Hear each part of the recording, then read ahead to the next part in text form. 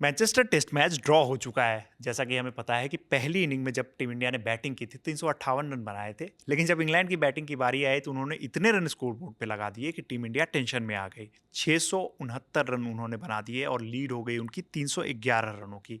लगा ही कहीं हम लोग फॉलो मतलब ये जो है कि पारी से ना हार जाएं, और ये इसलिए लगा क्योंकि हमारे जो दो प्लेयर्स थे, दो धुरंधर थे, वो पहले ही ओवर में पवेलियन लौट गए थे।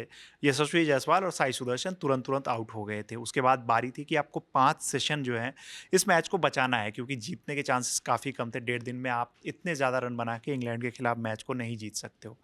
फिर जब बारी आई हमारे बैटर्स की, पहले राहुल और शुभमन गिल, फिर जडेजा और वॉशिंगटन सुंदर ने जो कमाल किया, उस पर बात करने के लिए हमारे साथी सुकांत मौजूद हैं। सुकांत, बारी बारी से जिस तरीके की, पहले तो इसी इनिंग की बात करते हैं कि क्या उम्मीद थी कि ये टेस्ट मैच ड्रॉ हो जाएगा? मैं एज ए फैन अगर बात करूं इंडियन टीम के, और जो मैच अभी तक जिस तरह से घटा था हम्म, उसे देख करके मुझे बहुत कम उम्मीद लग रही थी। बिल्कुल। क्योंकि जिस तरह से कल उन्होंने बैटिंग की थी, हम्म, ये पता था कि आज पूरा दिन है हमारे हम्म, पास।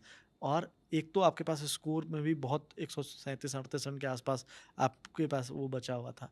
उसके अलावा आपको और रन बनाने थे हम्म, और फिर बचाना था। जो सबसे बड़ी बात है कि मैच को बचाना, 3 सेशन पूरी बैटिंग करनी होगी, यही उपाय था एकमात्र मैच को बचाने का। और क्योंकि हमें पता है कि ऋषभ पंत चोटिल हैं, तो हम एक बिल्कुल, बैटर डाउन थे बिल्कुल। ऑलरेडी। तो मतलब अगर हम सारे सर्कमस्टांसेस को देखें तो ये मैच बचता हुआ बहुत मुश्किल लग नहीं रहा था। और मैं एज अ प्रशंसक बोलूँ तो मुझे फ़ैन के तौर पे मुझे बहुत कम उम्मीद थी। लेकिन बस हम ये मना रहे थे कि जो हमारे साथ लॉर्ड्स में हुआ वो हार्ट ब्रेक यहाँ ना हो। कैसे भी किसी भी तरीके से, क्योंकि वहाँ तो हम लोग मैच हारे थे, वहाँ जीत भी सकते थे। यहाँ चांसेस थे कि आप ड्रॉ ही करा सकते हो। हाँ। जिस तरीके की मतलब बॉलिंग स्टार्ट हुई, जैसे क्रिस वोक्स ने डाला, पहले ही ओवर में 2 विकेट आउट हो गए। लेकिन कल यानी कि चौथे दिन जिस तरीके से राहुल और गिल ने बैटिंग की, फिर 5वें दिन हम लोगों को उम्मीद थी कि यही 2 बैटर हैं जो टिक सकते हैं, बाकी के बैटर्स पे उतना भरोसा नहीं कर सकते हैं। लेकिन वो दोनों पहले ही सेशन में आउट हो गए, और जब आउट हुए उसके बाद जो जडेजा और सुंदर ने किया है, सबको गलत प्रूव किया कि आप उन पे डाउट कर रहे हैं, उनकी एबिलिटी पे डाउट कर रहे हैं। और जिस तरीके की वो पारी रही है, वो तो कमाल की रही है। बिल्कुल, क्योंकि देखिए सबसे बड़ी बात क्या होती है ना कि जब आप इंग्लैंड जैसी जगह पे जाके खेलते हैं, वहाँ पता है कि मूवमेंट हो रही है बॉल के साथ बिल्कुल। मूव। और हमें पता था कि 80 ओवर के बाद नई बॉल आएगी, चीज़ें हुँ, बदलेंगी। और हमने देखा कि हमने विकेट गँवाया, तुरंत हमने वहाँ पे गिल का विकेट गँवा दिया। तो वो पता था कि एक सेट बैटर चला गया, हुँ। उससे समझ नहीं आ रहा है बॉल कितनी ज़्यादा मूव कर रही है। और केएल राहुल क्योंकि आज आने के साथ ही जब आप एक ब्रेक के बाद आते हैं, कंफर्टेबल नहीं लग रहे थे। कंफर्टेबल नहीं लग रहे थे और वो बस 1 रन जोड़ पाए। हुँ, कल 89 पे गए थे, आज 90 पे हुँ, आउट हो गए। हुँ। और वो अनकंफर्टेबल दिख रहे थे। और बेन स्टोक्स जो लग रहा था कि बॉलिंग नहीं करेंगे, देखिए वो जज्बा भी दिखाता है कि वो आकर के बॉलिंग किए और विकेट निकाल लिए। उसके बाद जो टीम इंडिया ने जो फाइट बैक किया है, खास करके जैसा आपने बताया वॉशिंगटन सुंदर और रविंद्र जडेजा।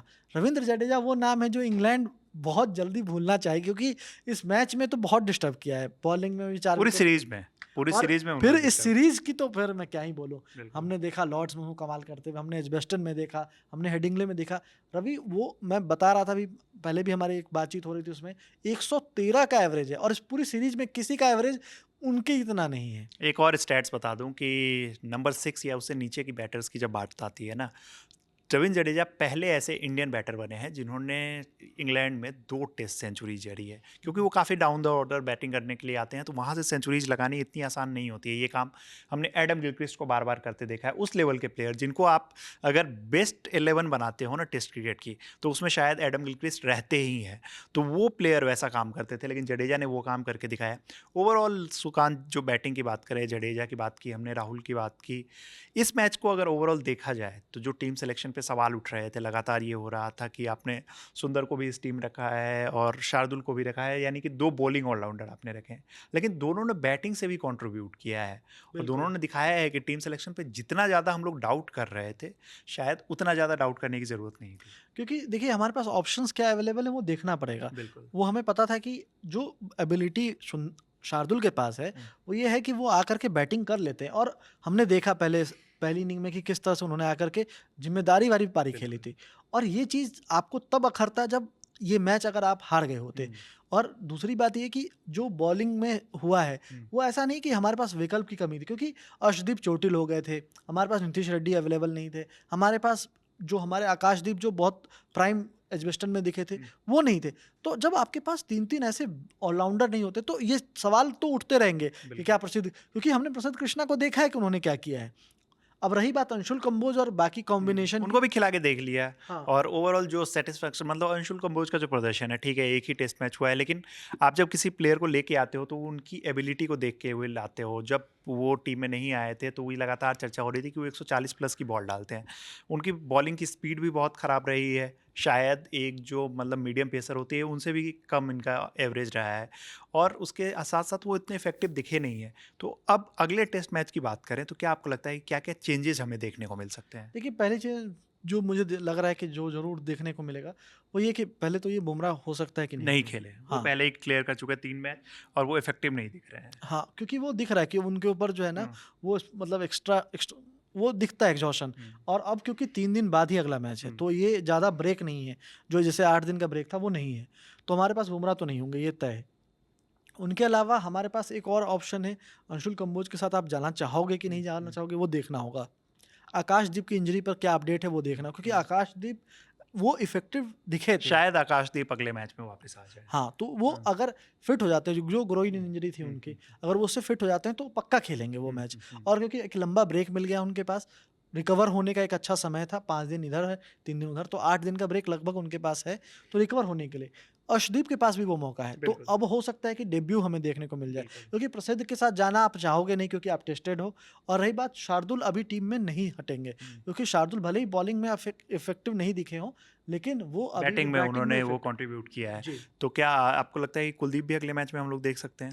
कुलदीप के साथ मुझे अब कम मौका लग रहा है, क्योंकि हुँ, वॉशिंगटन सुंदर और रविंद्र जडेजा के बाद आप तीसरे स्पिनर के साथ नहीं जाना चाहोगे बिल्कुल। दाव ओवल में। हुँ, तो इस कारण से वो उस कॉम्बिनेशन में वो फिट नहीं आ रहे हैं। हुँ। नहीं तो क्योंकि अगर वॉशिंगटन सुंदर और जडेजा अगर वो परफॉर्म नहीं कर रहे होते, तो बॉलिंग से कुलदीप तो को अभी तक हम लोग सिस्टम में देख चुके होते। बिल्कुल। अक्सर ऐसा कहा जाता है कि गौतम गंभीर जो है वो ऐसी टीम लेके चलते हैं जिसमें मैक्सिमम ऑलराउंडर्स टाइप के हो, यानी कि ऐसे प्लेयर्स जिनकी एबिलिटी बैटिंग और बॉलिंग दोनों की है। हो सकता है कि वो ज़्यादा बेहतर बैटर हो या फिर ज़्यादा बेहतर बॉलर हो, लेकिन कोई एक क्वालिटी उनके पास, मतलब वो दोनों क्वालिटी होनी चाहिए जहाँ पे वो टीम को ज़रूरत पड़ने पे काम आ सके। और यही था, इसको लेके काफ़ी क्रिटिसिज्म भी हुई कि ओवर डिफेंसिव हो रहे हैं। लेकिन इस टेस्ट मैच में जिस तरीके से उनका टीम सिलेक्शन अगर जितना सही उनका रहा है, और जो टीम सेलेक्ट की गई है उनके प्लेयर्स ने काम किया, जिन जिनको उन्होंने मौका दिया, एक अंशुल कंबोज के प्रदर्शन को हटा दें तो शार्दुल ने भी अच्छा किया, वॉशिंगटन ने भी अच्छा किया है, और दोनों ने इस तरीके की पारी खेली है, बल्ले से ज़्यादा कंट्रीब्यूट किया है। तो वो इस तरीके की पारी है जो काफ़ी लंबे समय तक याद रखा जाएगा। जडेजा, उनके बारे में जितनी तारीफ़ की जाए उतनी कम है। केएल राहुल और शुभमन गिल ने भी बहुत ज़बरदस्त पारी खेली है। ओवरऑल इस मैच में जिस तरीके से टीम इंडिया का प्रदर्शन रहा है, क्योंकि ये आपको भी पता है कि इस टेस्ट मैच को अगर हार गए होते तो सीरीज आज ही खत्म हो जाती। अब हमारे पास ये चांसेज हैं कि टेस्ट सीरीज को हम ड्रॉ करा सकते हैं, लास्ट टेस्ट मैच जो होगा। और उसके बाद अगर आप देखें कि, क्योंकि आपने भी मैच लगातार देखा होगा, तो जडेजा के प्रदर्शन पे, उसके साथ साथ सुंदर के प्रदर्शन पे, और बाकी ओवरऑल जो पाँचों दिन टेस्ट मैच हुआ है, उसमें आपकी क्या राय है? आगे की टेस्ट मैच में आपको क्या लगता है कि प्लेइंग 11 क्या होनी चाहिए, किसको मौका मिलना चाहिए, किसको नहीं?